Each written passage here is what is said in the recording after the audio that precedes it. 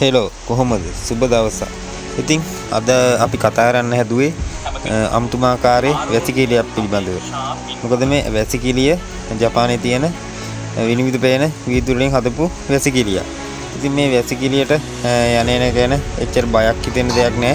මොකද ඇතුලේ පිටත ආරක්ෂා පිළිබඳව හොඳට පේනවා. මේක ස්මාර්ට් ග්ලාස් නැමැති වීදුරු වර්ගයෙන් තමයි හදලා තියෙන්නේ.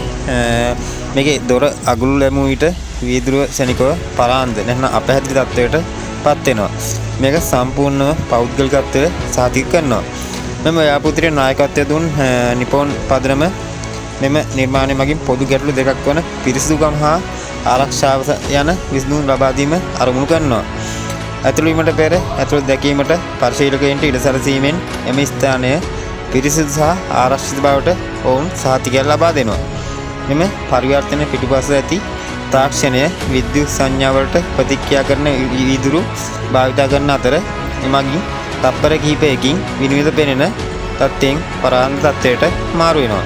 මෙම වැසිකිළි ටෝකියෝ වැසිකිළි ව්‍යාපෘතියේ ටෝකියෝ ටොයිලට් ප්‍රොජෙක්ට් කොටස වන අතර එම ව්‍යාපෘතිය සඳහා ලෝපකට ගෘහ නිර්මාණ ශිල්පීන් සම්බන්ධ කරගනු ලැබුවේ.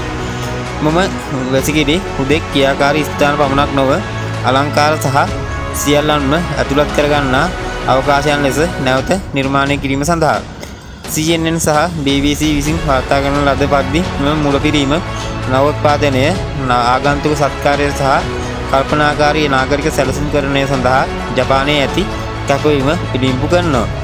තාක්ෂණ සහ සෞන්දර්ය එක්වී එදිනෙදා ජීවිතය වැඩි දියුණු කර හැකි ආකාරය පිළිබඳ මෙය කුඩා නමුත් කැපී පෙනෙන උදාහරණයක්.